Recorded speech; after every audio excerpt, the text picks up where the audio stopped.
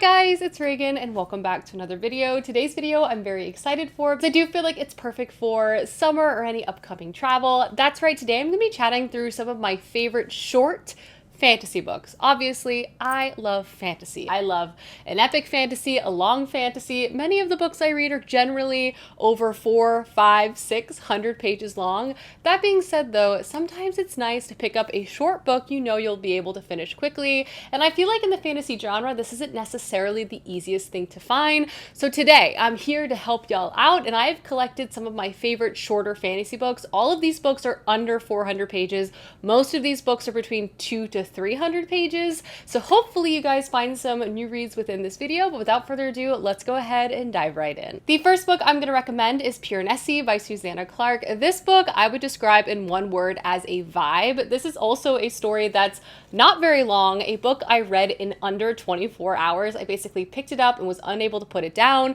At the heart of this book, there's a very compelling mystery, but I would say this is a story that it's best going in knowing as little as possible. Basically, the entire reading experience is you following a character in a very unusual setting that's very much fantastical. And you're basically throughout the reading experience of this book just trying to figure out who this person is, how they ended up where they are, and where they even are in general. This is definitely kind of you figure things out as you go along, and the sort of strange aspect of this book just makes it very compelling. Pairing that with a beautiful and very lyrical writing style, I promise you will fly through it. It's a short book, but a very gripping book, and honestly, I feel like a great book for like an airplane or like a 24-hour readathon. I was delighted by this. Next up, I have a fantasy classic to recommend, and that is The Last Unicorn by Peter S. Beagle. This is like a classic fantasy quest story, all about kind of going out into the world, making friends, and finding and facing some dark truths. I read this recently and honestly loved it. It just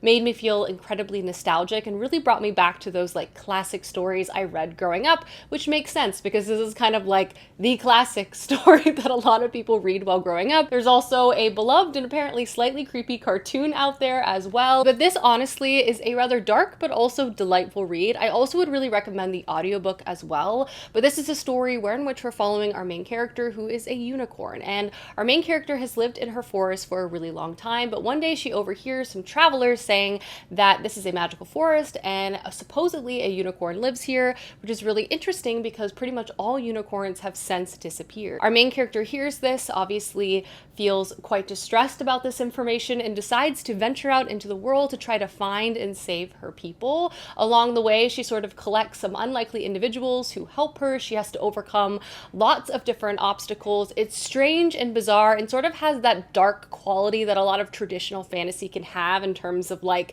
the obstacles and the characters that we're running into, but also this is a story about perseverance and destiny, and it's truly beautiful if I'm being honest. Like, I loved so many of the characters present in this book. Also just sort of learning about the fate and destiny of this magical place and the unicorns themselves, I was delighted by it. It obviously is like a larger metaphor for a variety of things. Honestly, I feel like this is a perfect book to pick up if you're a kid or an adult. It really will read very, very quickly and will truly transport you. It's a classic fantasy story. The next book I have to recommend is honestly just a blast, and that is Amari and the Night Brothers by B.B. Alston. This is the first book to a middle grade fantasy series that I personally have fallen in love with. There's a sequel that's also fantastic, but this is a middle grade magical school setting with a chosen one character at the heart of it. It's full of friendship and adventure and characters taking on evil and adversity, and it's just like full of all of the fun things that you typically find in middle grade, but packaged together in just truly such an artful way. Like, to me, this series by B.B. Alston is like one of the top new middle grade fantasy series out there. In this story, we're introduced to her main character, Amari, and Amari has always believed that her older brother Quentin is still alive, despite what everyone in her life is trying to tell her.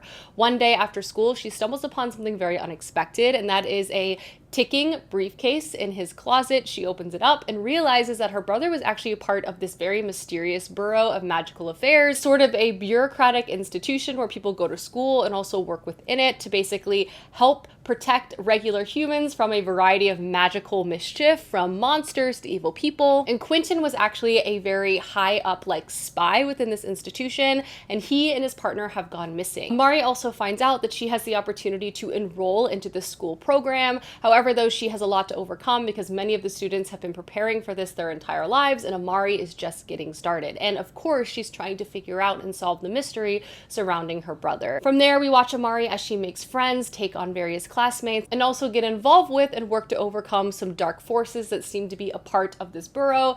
It just has all of the pieces of a fantastic middle grade story, a lovable and rootable main character, a really compelling mystery at the heart of it, great friendships, humor. I love this series, and honestly, you'll read it so fast. Again, only about 330 pages. Next up, I actually have a short story to recommend, and that is The Butcher of the Forest by Primi Muhammad. This is this author's interpretation of a fairy tale, but definitely leaning more into the grim, dark nature of traditional fairy tales. It's set in a medieval setting, and it's gruesome and harrowing, but also beautifully written.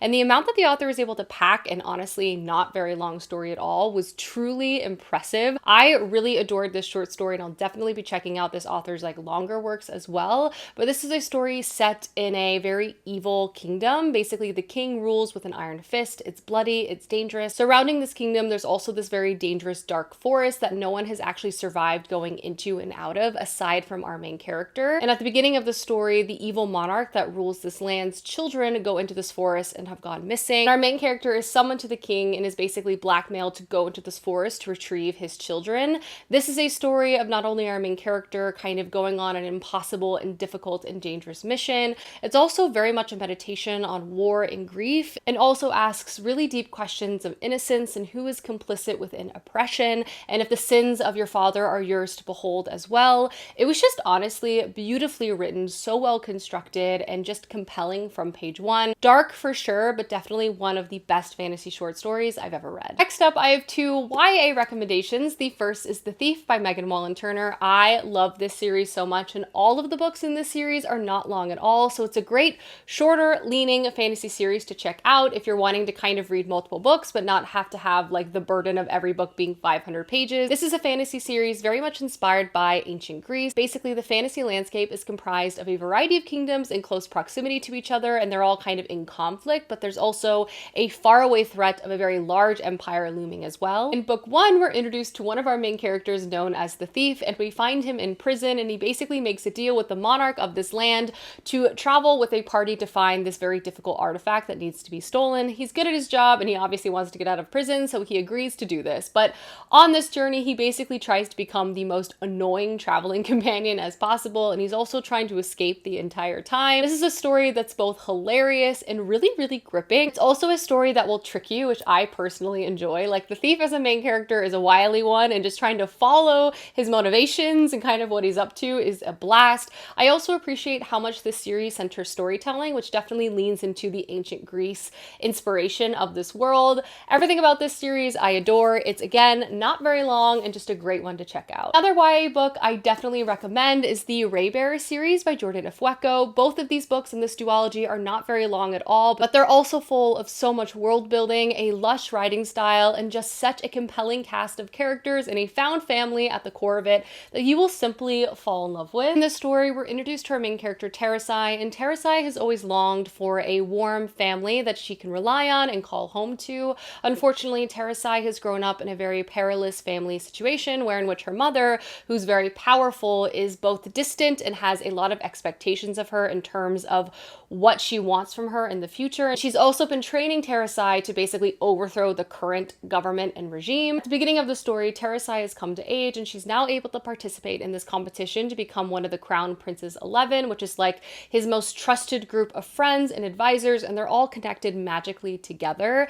Terasai moves away from home and gets settled into this new life, and you see as she struggles with the expectations of her blood family, and now the love and warmth that she's receiving from her found family. Of course, the politics of this land really begin to balloon as well. This is all about magic and friendship and love and heart and leaving home and kind of finding yourself. It's truly incredible, and again, the amount that Jordan Ifueko was able to pack into this is just amazing. It has a fairy tale folklore element to it. I love book one, and I especially loved book two. Next up, I have another fantasy short short story to recommend, a short story that I adore and think about regularly, and that is Nettle and Bone by T. Kinfisher. This is another dark fairy tale leaning quest story of unlikely individuals who are very strange coming together to go on a journey. This very much captures the feeling and spirit of a fairy tale. It's weird, but in all of the best ways. In this book, we're following our main character who's part of a smaller royal family, but she's grown up in isolation from her sisters. As the youngest child, she was sent to a monastery. However, though, at the beginning of the story, she gets word that the second oldest sister is getting married to a tyrant in a faraway kingdom who had just previously killed off her other sister. Deciding that she obviously needs to save her sister, she decides to set out to do this.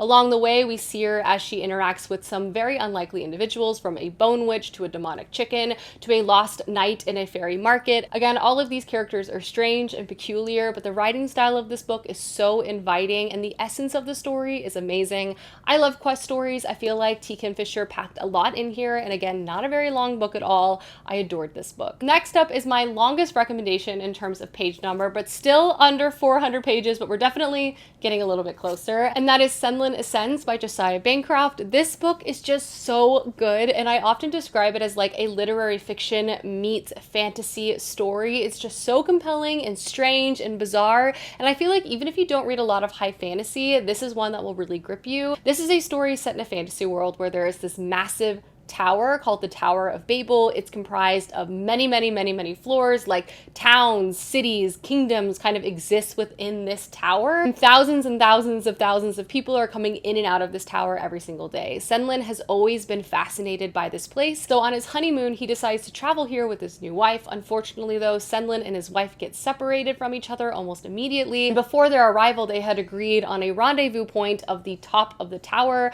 From there, we basically follow Senlin throughout the series as he traverses the various floors of this tower to try to find his wife.